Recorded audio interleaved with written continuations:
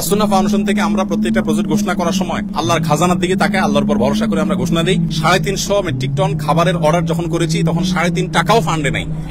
এই পারপাস আগের বছরে কিছু টাকা আছে, এই বছরে নতুন 3.5 টাকাও আসে, অর্থাৎ এখন আমরা ঘোষণাই করি নাই। এই বন্যা কেন্দ্রিক কোনো ঘোষণার আগে অলরেডি আমাদের পার্চেসিং এর জন্য অর্ডার দিয়ে ফেলছে, আল্লাহর ভরসা করি। এরপর আল্লাহ তাআলা আমাদেরকে নিরাশ করেন না, হয়ে যেতে থাকে। আর আমি সবসময় একটা কথা বলি, আসুন্নাহ ফাউন্ডেশন, অনেকে বলতে পারেন ভাই এত বড় স্কেলে কাজ করেন, টাকা আসে কোত্থেকে?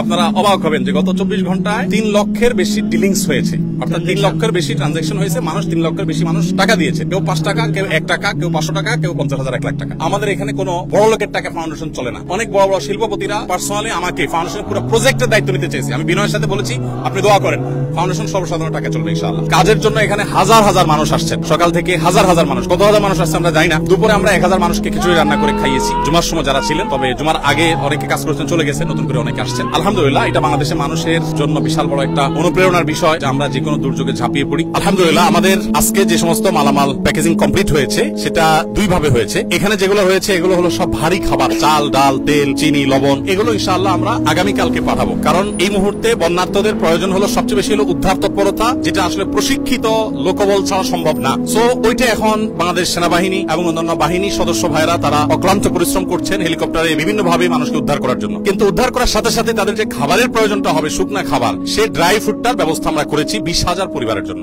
এই 20,000 পরিবার যাদের জন্য আমরা অ্যারেঞ্জ করেছি, সেটার মধ্যে আপনার ছিল হলো খেজুর, চিড়া, চিনি, লবণ। অনেকে বলেন যে ভাই গুড় কেন দিচ্ছেন না, চিনি তো ভালো না। কেউ বলবে যে গুড় দিলে হেলদি। দেখুন, আমরা যে স্কেলে কাজ করি, এই স্কেলে গুড় কোথায় পাবো? এত গুড় কে দিবে আমাদেরকে? তো যাই হোক, চিনি এবং লবণ দেওয়া হচ্ছে যাতে করে দরকার হলে তারা প্রয়োজন মাফিক তারা স্যালাইন বানিয়ে নিতে পারে। এবং আজকে সকালে আমাদের 2টা লরি মাল পৌঁছাইছে। এটা মূলত আকিজ বেভারেজ থেকে ওনারা রেডি করে দিয়েছেন 7200 প্লাস প্যাকেট। সেখানে বাচ্চাদের জন্য দুধের একটা প্যাকেট, কত গ্রাম এক্সাক্ট আমার মনে নেই, তারপর 500 গ্রাম করে মুড়ি, 2225 ml এর পানির বোতল।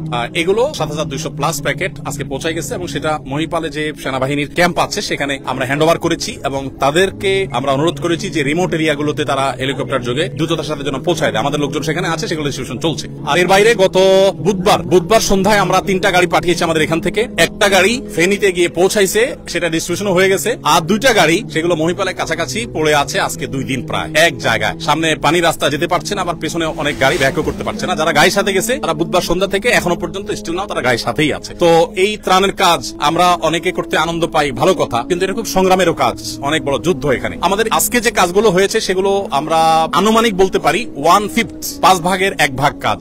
আমরা যে কাজটা করতেছি সেটা হলো আপনার আনুমানিক 700 মেট্রিক টন এখনো পর্যন্ত যেগুলো কেনা হয়ে গেছে। আমরা 500 টনের বেশি কিনেছি কালকে, আজকে আরো কিছু প্লাস করার পর 700 প্লাস হয়েছে। এই 700 প্লাস টন যে মাল আমরা কিনেছি তার হয়তো 5 ভাগের 1 ভাগ পাঠানো হয়েছে বা প্যাকেজিং এর জন্য এখানে আসছে, আর বাকিগুলো কালকে আসবে, পরশু আসবে ধাপে ধাপে, এবং এইটা হয়তো আরো 200-300 বা 400 টনে রূপান্তর হবে ইনশাআল্লাহ বিসমিল্লাহ। এ হলো আপনার ত্রাণের পরিমাণ। লাস্ট কথা, অনেকেই তো আপনি ফিজিক্যালি অনেক জায়গায় ঝাঁপাই পড়ছেন, দেখা গেছে আপনার যাওয়ার কোনো প্ল্যান প্রোগ্রাম এরকম কিছু আছে কিনা অনেকেই জিজ্ঞাসা করতেছেন লাইভে। আমরা যাবো ইনশাআল্লাহ, আমাদের প্ল্যান প্রোগ্রাম আছে, আমরা ইনশাআল্লাহ যাবো। আল্লাহ চাহেন তো আমরা কেন, আরো ওলামা ইকরাম যাবেন, যাওয়া আসার মধ্যে থাকতে হবে আমাদের, কারণ এই যে এই ক্ষত শুকাতে অনেক সময় লাগবে। আমরা প্রত্যেক আল্লাহর কাছে চোখের পানি ফেলি, এত পরিমাণ বিপর্যস্ত মানুষ আর এত পরিমাণ কষ্টে আছে, এটা আসলে আমরা ঢাকা থেকে কোনোভাবে অনুমান করতে পারবো না।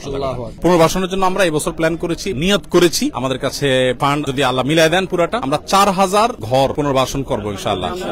যাদের ঘর হারা হয়ে যাবে তাদের জন্য। এমনিতে আলহামদুলিল্লাহ ত্রাণ তো চলবেই, ত্রাণ যেটা আছে এটা কোথায় গিয়ে ঠেকবে আমরা নিজেরাও জানি না।